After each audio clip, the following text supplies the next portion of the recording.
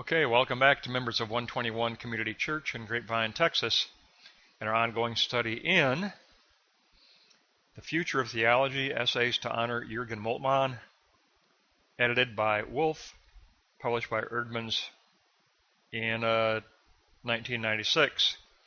We're going to take a look at two combined essays, pages 73 to 98, Welker and Wainwright. And in this lesson, we look at the new direction of theology and the new direction of liturgy, ecumenism, dogmatics, and hermeneutics. Let's begin with Block 1. Block 1 and 2 will be Welker, and then Wainwright will be Block 3. In Block 1, humanity is oriented toward apathy and cynicism. There's no hope for deliverance out of this distress, it seems. The self seems to be captured in this addiction of cynicism. So what is needed is a negation of apathy and cynicism. The church must posit the love and the vitality of God, His power of new exodus, His power of deliverance, something more than simple impressions of salvation. The search for God must be organized into a critical and a creative framework, or what we have called in the past a critical and creative sign model. Under the creative framework, theology must do justice to the vitality of the doxa glory of God and to the self's participation of creative freedom. Then we can address the human experiences of God. Classical theism is collapsing, and we know this to be true. Classical theism is collapsing, at least it is in America. Under classical theism, this is the God of absolute omnipotence or absolute dominance, who brings forth himself as transcendent omnipotence, which is no longer tenable. After the Holocaust of World War II, theology needs a new theological understanding. A new understanding of omnipotence and omnipresence. How are we to understand God's invisible and hidden nature? We must posit anew concerning the cross of Christ, addressing God's absence and God's God-forsakenness on that cross through the lens of God's revealed presence in the world. So the following triad emerges: collapse of classical theism and humanity's orientation toward cynicism result in the need for God's revealed presence by the work of theology. A renewal of Reformation, which will address the following aspects: God's intervention in the world, biblical orientation, church as ecumenical, a theology of the cross that goes to the far country of abandonment, and the task of distinguishing between law and gospel. It will be a theology of the Trinity. We need to posit a new doctrine of the Trinity, something the author recognizes as having been done by Jürgen Moltmann.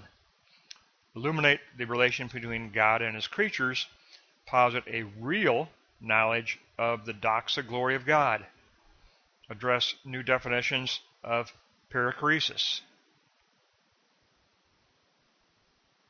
the perichoretic unity of the triune God. Redefining the perichoretic triune unity. As triune sociality is really kind of non-persuasive as a definition. God's earthly existence cannot be denigrated. It must be more than only, God must be more than only above us. And this Trinity doctrine must be based on Scripture, and it must discern the theological forms of power. Under forms of power, the Trinitarian theology should not remain metaphysical and abstract. It must weave the biblical witness together. A pneumatological relation between God and creation must be revealed.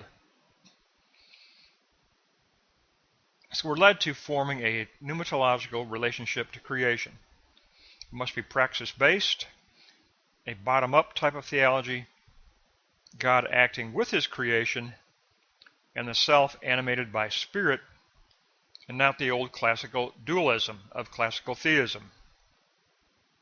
God acting with his creation. God's reality is beyond concept.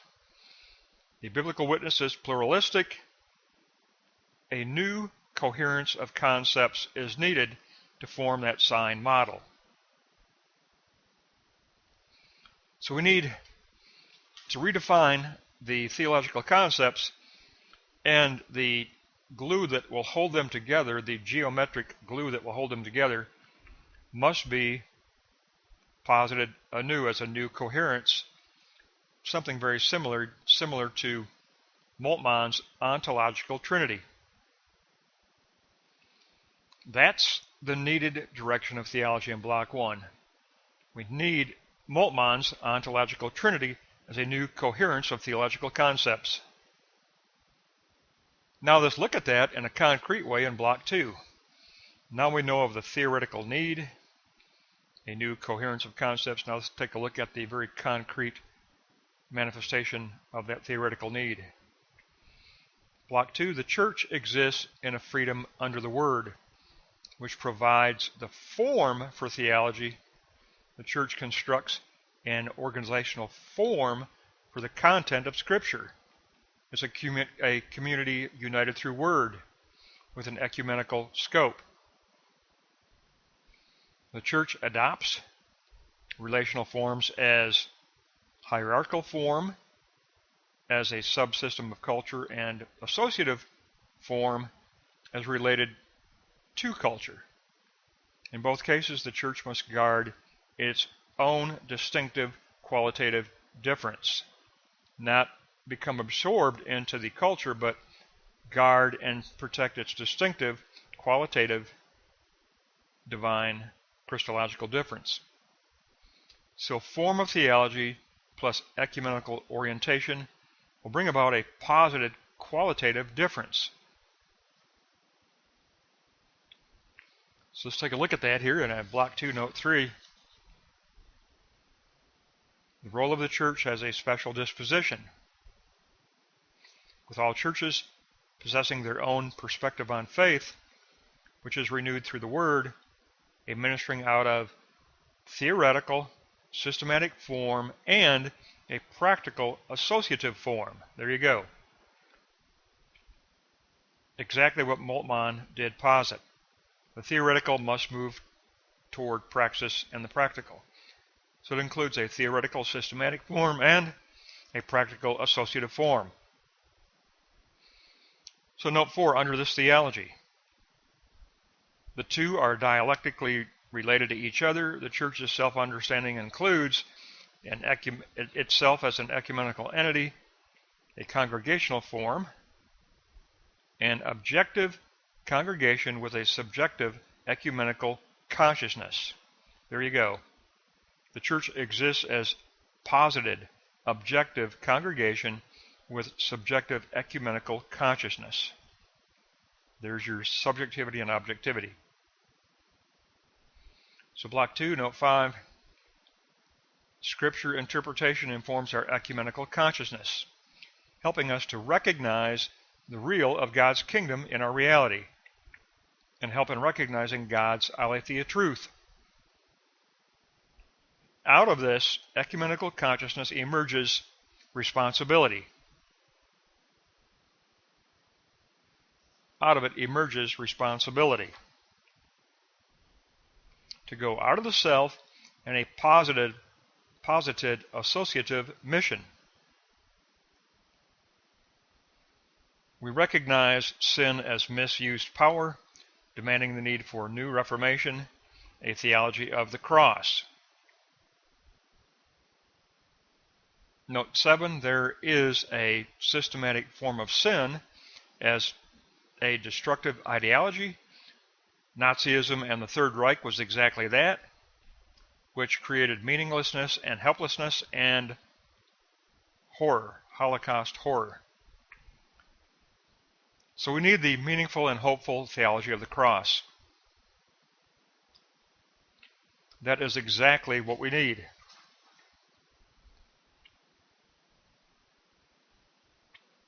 It'll speak against the corruptibility of morals in today's society by demonstrating the distinction between law and gospel, sublating the law but preserving its intent.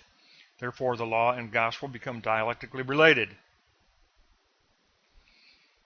Note 9, that unfolds the objective reign of God and the subjective outpouring of the Spirit with an orientation to secure God's justice, God's dikaiosune, righteousness.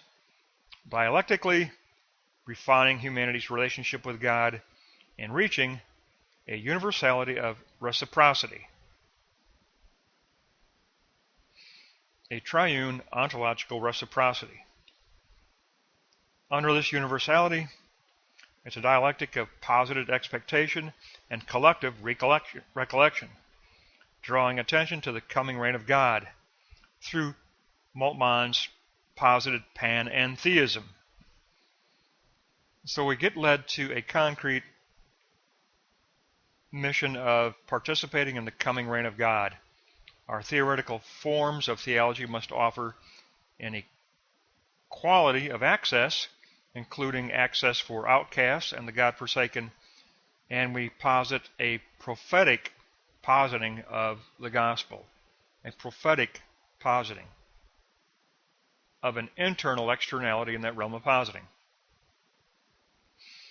That brings us to the needed direction for theology in Block 3 by Wainwright.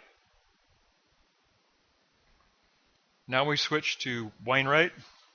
In Block 3, we're going to look at liturgy, ecumenism, dogmatics, and hermeneutics. Under liturgy, there has been a rediscovery of the rich symbolic communication within the church as the church seeks to identify itself through seeking conversion of the world. Sunday is the day for worship assembly because Christ's resurrection is the beginning of regenerated humanity. Modern liturgy has a theme of New Exodus, which is the theme of the Gospel of John. Modern liturgy has the theme of New Exodus. We know that to be the theme of the Gospel of John.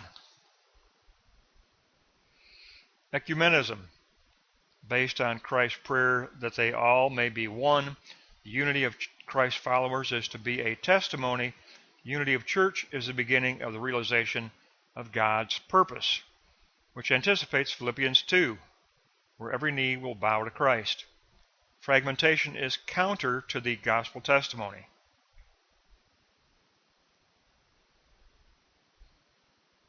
The Eucharist has a strong eschatological dimension toward a unified vision of renewal, toward common expression of faith, which could be actually the Nicene Creed.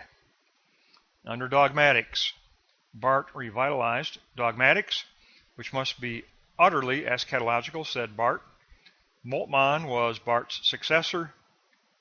He rediscovered the role of the Trinity, of redemption, reconciliation, and consummation, a Trinity as an ontological structure of reality.